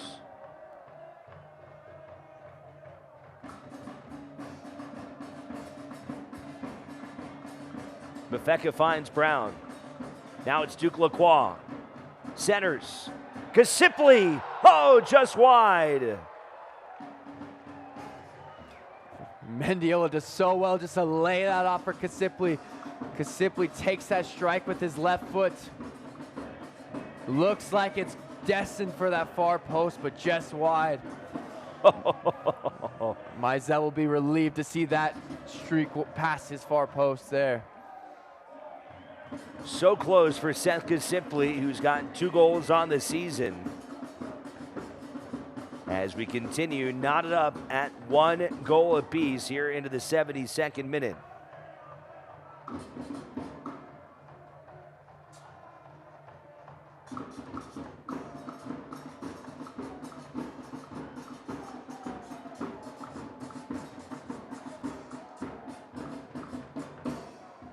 Here's Sandoval. Yeah, and Sandoval, who's proved to be a real handful since coming on. Stood up well by Clemenza, who delays his run and pokes it out for a corner. Sandoval, local from Albuquerque, joining his hometown team, a guy with MLS experience with Real Salt Lake. Last year played for Atlanta United 2 in the USL. It'll be a corner kick for Moar.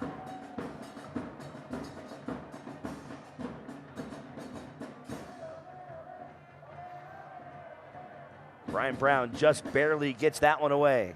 Yeah, and that's crucial from Brian Brown react, because his touch is heavy and it looks like it's going into Schmidt, but he reacts so quickly to get that second touch away. Ludamafeka trying to find a seam. Good touch pass from Brown. Over to Duke Lacroix. He's got Herzog on his right, trying to center it for Herzog.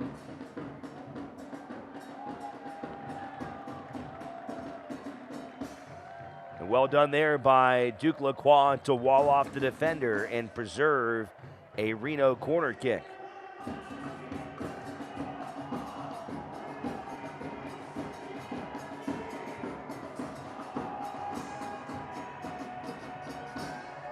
We see Chris Payne getting this crowd ready for a corner kick from Kasipli.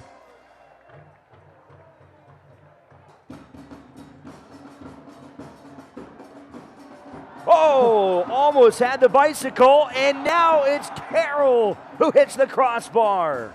2 crossbars in a row between Brown and Carroll. Unbelievable that neither went in. Another chance for Carroll, who winds up. That one deflects around and ends up into the hands of Mizell. Reno has had 3 really quality chances in the last couple of minutes. Yeah, Brown does so well to hold off his defender for just going for the overhead kick. Hits the crossbar, and then on the rebound, Zach Carroll hits the crossbar. Unbelievable.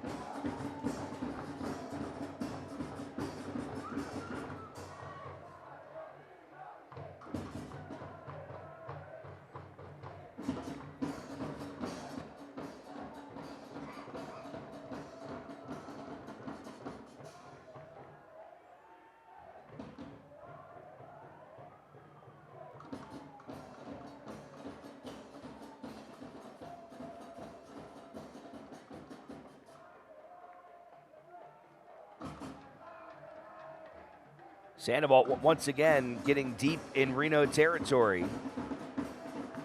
It's Kasipli getting it away.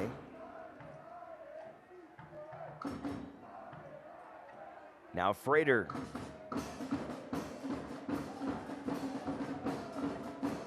Moar. What a handful Santi Moar is.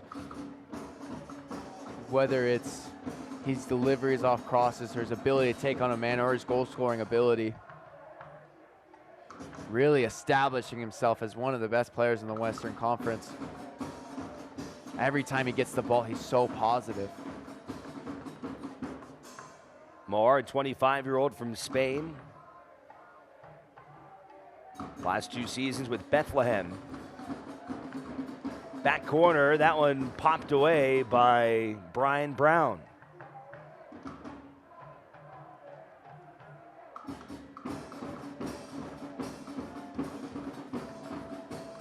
like that one went out of play, but they'll let it go.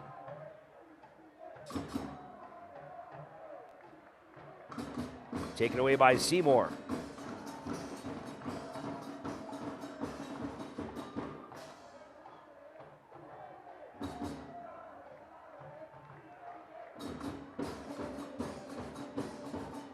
Herzog finds Mafeka, but it's poked away there by Hamilton. Now Mendiola. Herzog steps in and tries to connect with his left foot. Didn't have enough on it, and Mizell will fall on top of it.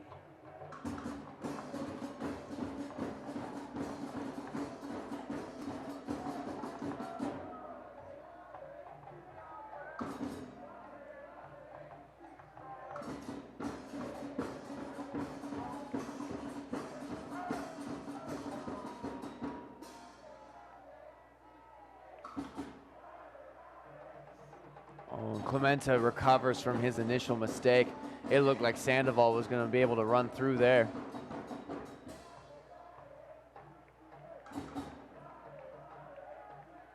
Seymour able to recover after nearly giving it away as he prevents a run for New Mexico.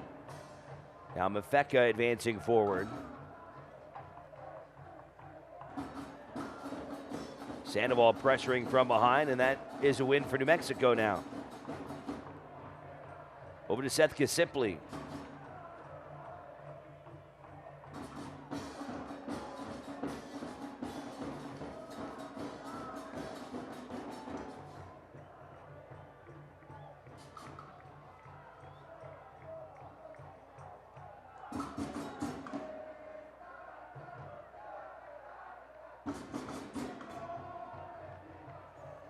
Brown trying to get behind Suggs there, and Suggs does well to hold back Brian Brown.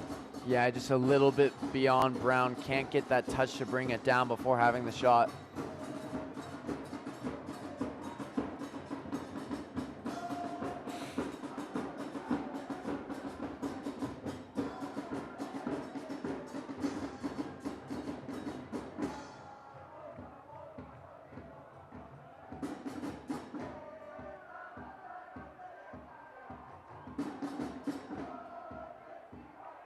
Here's Raul Mendiola. Maybe rush that one a little bit. Yeah, I think he tried to find that early across the Herzog, but he's got time and space to carry it, drive it forward, drive it inside, get someone to commit to make more space for Herzog, or to find the likes of Mafeka crashing in on the top of the box. Still a corner kick opportunity now for Seth Kasimpli as we move into the 80th minute.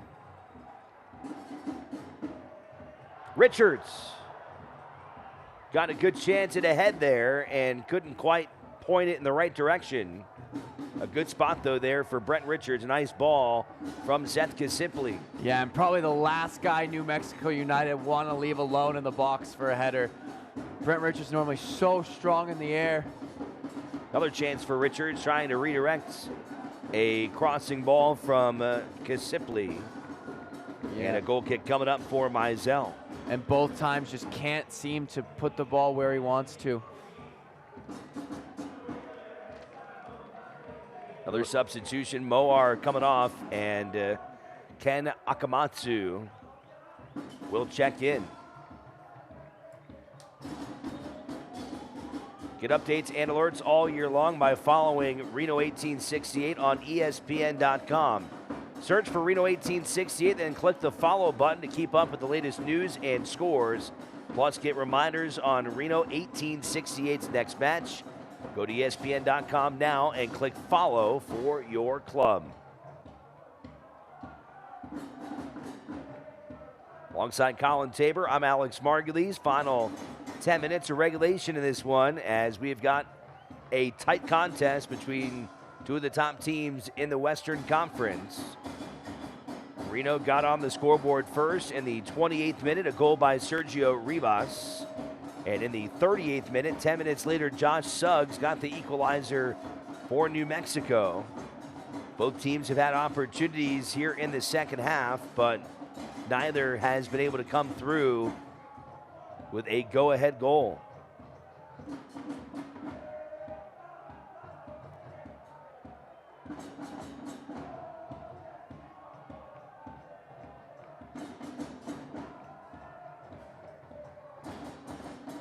Dangerous spot here. Frater keeps it alive. Akamatsu. And cleared by Kasipli. Yeah, and it looks like New Mexico, ever since the addition of Sandoval, are being much more direct, using him as a focal point to try and cause some trouble between Clementa and Carroll. What a great layoff from Brian Brown. Herzog playing into Brown there. A lot of defenders to go through, though. Knifes it around one of them, gets shoved from behind by Tite. And he won't get anything for it as Tite, the 23-year-old from Ghana. A little physical there with Brown, but no whistle comes.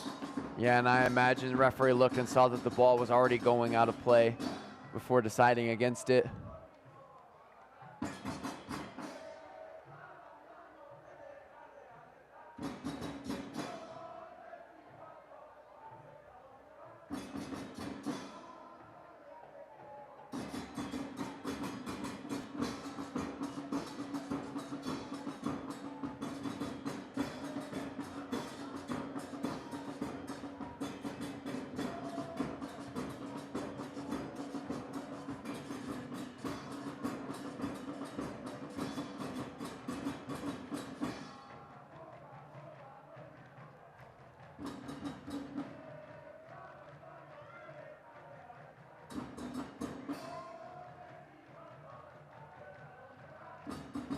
Throwing will come from Josh Suggs.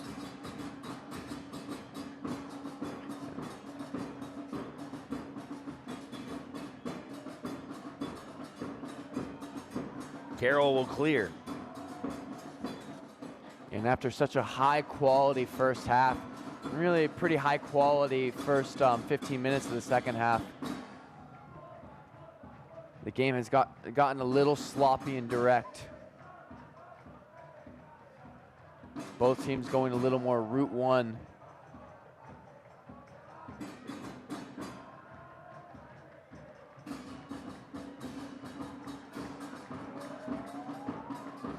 Frater wanted possession there. Yeah, I think they're arguing that it took a touch off of Zach Carroll before going out.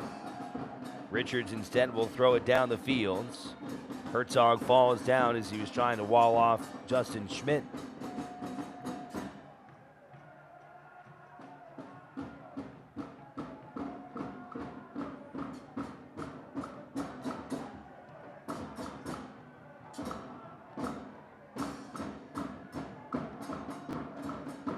Mexico able to keep it away from Herzog. Now they advance it back forward. And it's Lacroix who comes up and picks the pocket. Marcinkowski plays it back forward as opposed to picking it up. Kasipli. Nowhere for Herzog to go. And now a throw-in coming for Sandoval.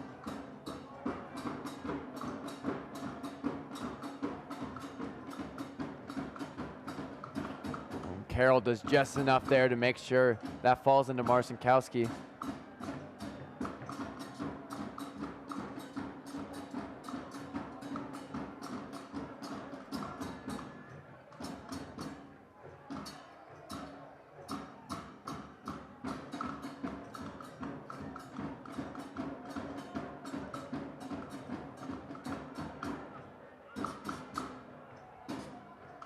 Herzog finding Lacroix.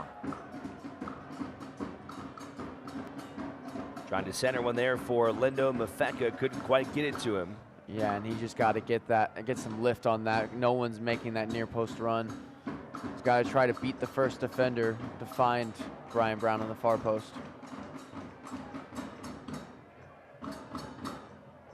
Trying to link one in there for Mendiola, and it's Akamatsu with the interception.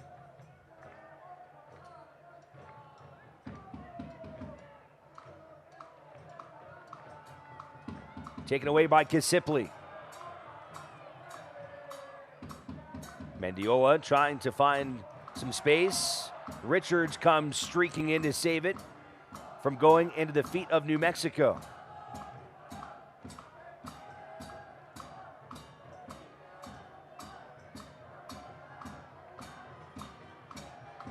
Back to Lindo Mafeka.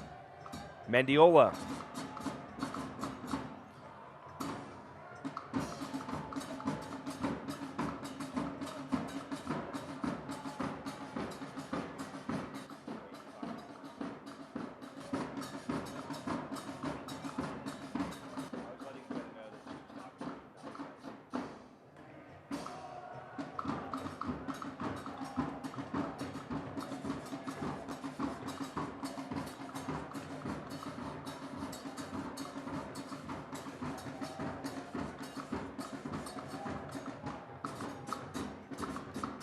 Richards into the box and headed by Brian Brown, and what a stop by Mizell. And Brian Brown throws himself at it, anticipates the bounce. No one on New Mexico reacts. Mizell's furious with his back line, but a great save for Mizell there. Brian Brown looked like he found the winner.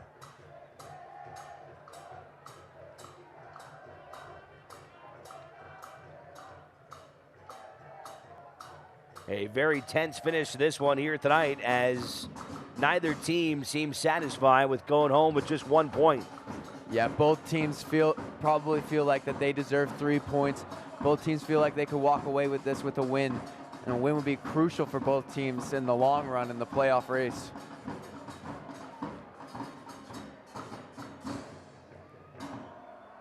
Reno did a good job there closing down on Sandoval. Man, thinking back to those 2 crossbar hits, what could have been for Reno, but Reno will still push, still a couple minutes before stoppage time. Good play there by Brown to find Lacroix, and Duke Lacroix gives Reno the lead. And what a finish by Duke Lacroix. Takes matters into his own hands, cuts across the New Mexico back line, and with his right foot, slots one into the upper 90. Nothing Mizell can do about that. A fantastic finish from Duke Lacroix. What a job by Brown to lay one in there for Lacroix. Got just enough separation, and he has sent this crowd into a frenzy. And after seeing so many late conceded goals this season, I'm sure the Reno 1868 fans are thrilled to see one go the other way, one towards them. But now they're going to have to hold on, and New Mexico are going to throw everything they have at this point. Can Reno hang on for 3 points? Oh, New Mexico get the kickoff all wrong, and now Reno are back at them.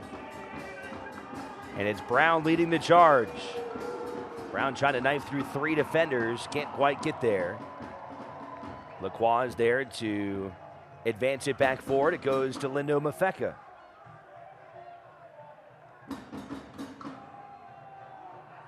Boy, Brown is having some kind of vision out there right now. Yeah, Brown's been excellent today. Really just making things happen as the focal point of the attack, looking to receive the ball, whether it's into his feet, chest, whatever it might be, before laying it off. Excellent day from the Jamaican striker.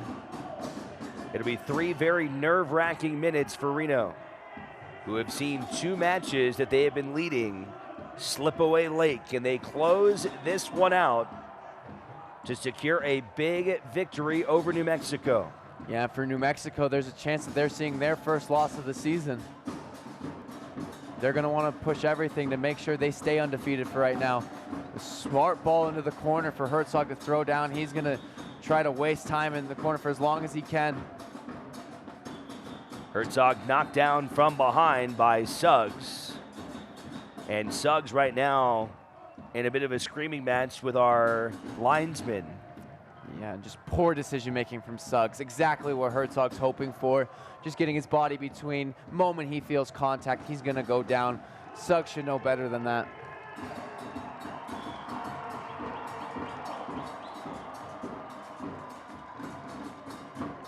And what kind of energy right now inside Greater Nevada Field as Reno, with a late goal from Duke Lacroix, holding a 2-1 advantage here into the final moments.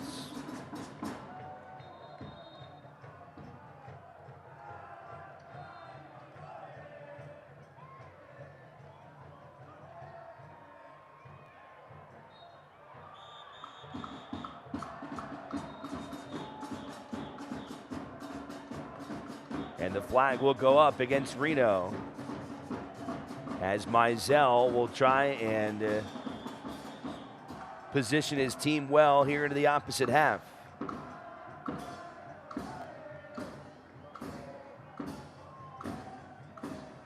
Mafeka trying to clear there, couldn't quite do it.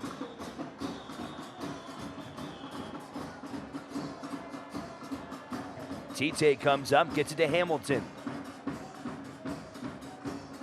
Akamatsu. Richard slides in his way. And Hamilton does so well to get past the Reno press before finding Akamatsu. Akamatsu again. Dangerous ball there, and it goes too high. A headed opportunity for Schmidt.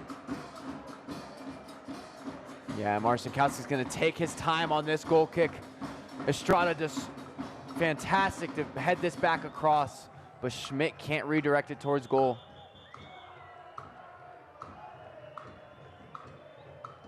Three minutes of stoppage time. There has been a little bit of time wasted in this stoppage time as we eclipse that mark.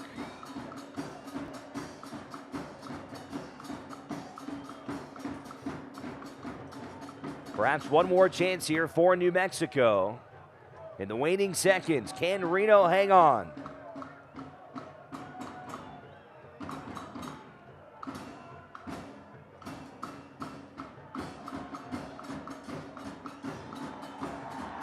And there's the final whistle. Down goes New Mexico as Reno 1868 secures a thrilling 2-1 victory.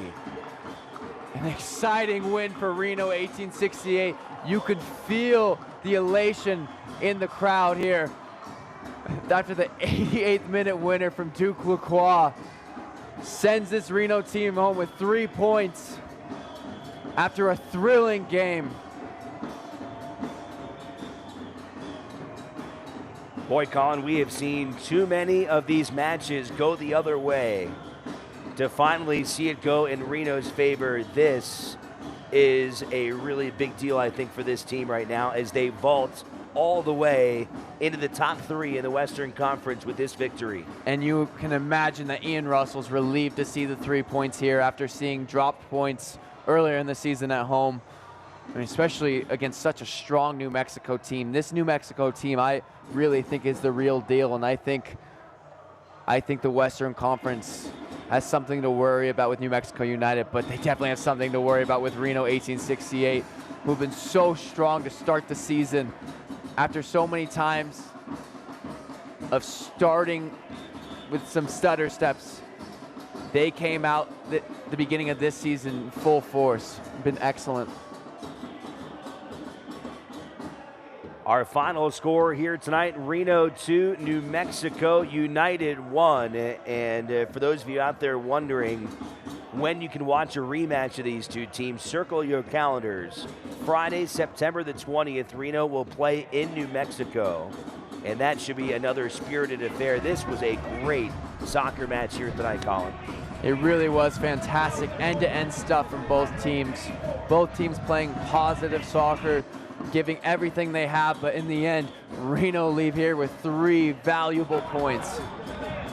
All right, let's go down to the field. Julian Delgadio, take it away. You're 5 games into your Reno 1868 career. You score a goal against a team from your hometown. How good did that feel? It feels amazing. I know my family's watching back at home. I know they're super proud of me. Unfortunately, it's against my hometown. I love those guys, but super happy for the result. This, I know it's still early on in the season, but felt a lot like a playoff game. To be able to steal 3 points from this team and you know, give them their first loss of the year, how good is that?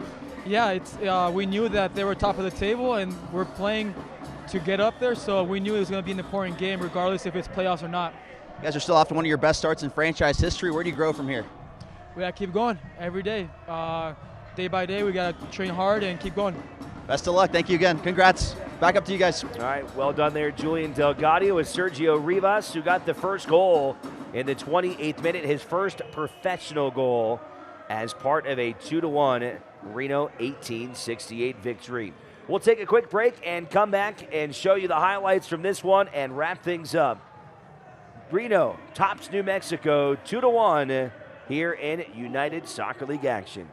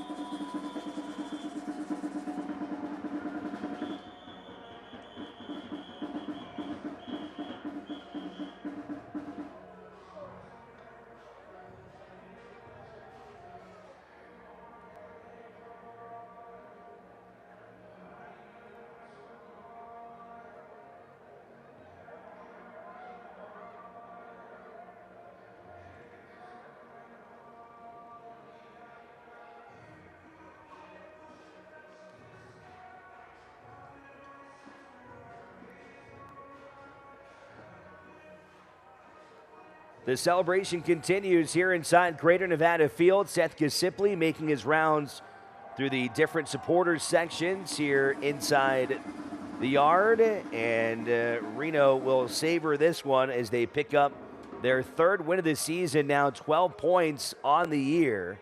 They go to 3-1-3, and New Mexico falling to a record of 3-1-4. Alongside Colin Tabor, I'm Alex Margulies. Colin, let's dive into the second half highlights. And Reno had some opportunities. You talked about a couple of crossbar hits. Well, here was one of them by Brent Richards. Yeah, Brent Richards with the shot from distance. But here we see the corner from Seth Gasippli.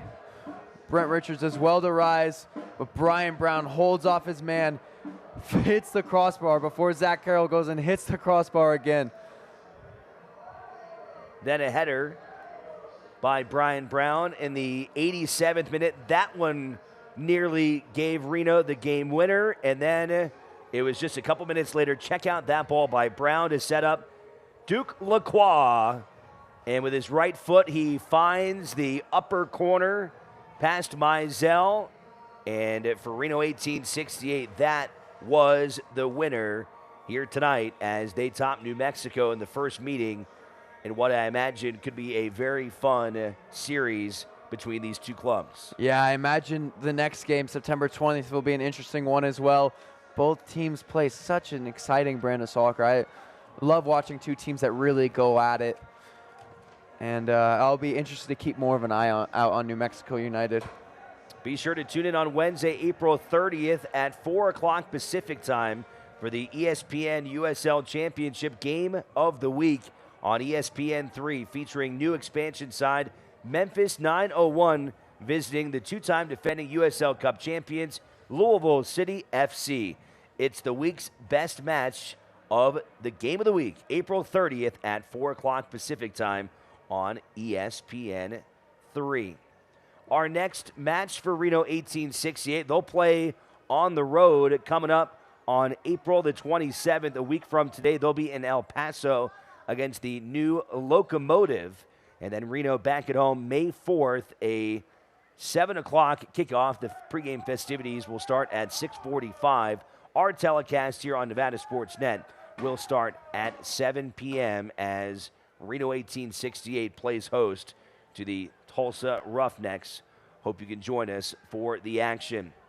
We're not done, though, for events here on Nevada Sports Net. Coming up tomorrow night, the University of Nevada baseball team, fresh off of a series victory over UNLV, they will play the reigning national champions, Oregon State, coming to Don Weir Field at Piccoli Park. It'll be a 6 o'clock first pitch in the first of 2 games, Monday and Tuesday.